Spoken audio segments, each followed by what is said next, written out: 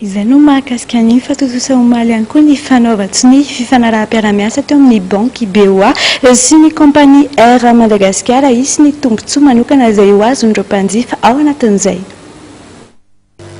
Fifanarahana roa sosona no vita omaly teo amin'ny banky BOA Madagascar sy ny kompania fitaterana Air Madagascar ka ny télé-général-ny banky BOA Madagascar Abdallah Ikshed sy ny mpikambana eo anivon'ny filakefy mpitantanan'ny kompania Air Madagascar Eric Colère no nanatanteraka izany. Misy ny tanjona iombonan'ireo orinasa ireo. Ao anatin'izay accord cadre izay ataontsika hoe misy teboka dia ilay ataontsika hoe convention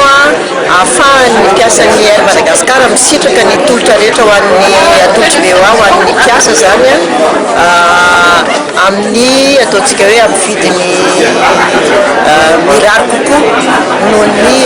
condition standard. Ny teboka faharoa dia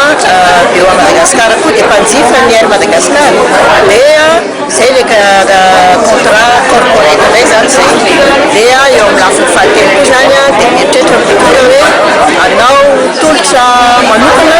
ho an'ny mpanjifa rehetra ny Air Madagascar ny BOA satria voalaza teo hoe mbola eto Madagascar mbola lafo raha mieritreritra ianao hoe andeha aeroplanina amin'ny toerana anankiray dia mbola lafo ny sarany dia mba ahafahan'ny rehetra zany mba afaka mandray an'izay vol Air Madagascar zay dia ny farany moa zany dia le fera miasanay efa misy hatramin'izay zany hoe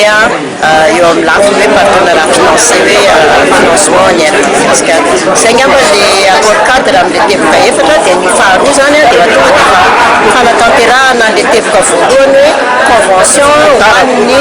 mpiasan'ny Air Madagascar. Nomarian'ny télé-général-ny BOA Madagascar fa tolotra izay mamaly ny filan'ny mpanjifa avokoa ireo izay raha teo no tanjon'ny orinasa roa tonta izay efa ela no niara-ny asa. Amin'isy viora latsaka dimy mitsidisy eto amin'ny trano fitenenanay tapitra kosa ny fampalalam-baovao tamin'ity androany ity izany nefa tsy minjika fa ho tapitra ihany koa ny programa eto amin'ny fahitalavitra mbola mirary soa antsika rehetra izay manjoy ny fahitalavitra ny tenako.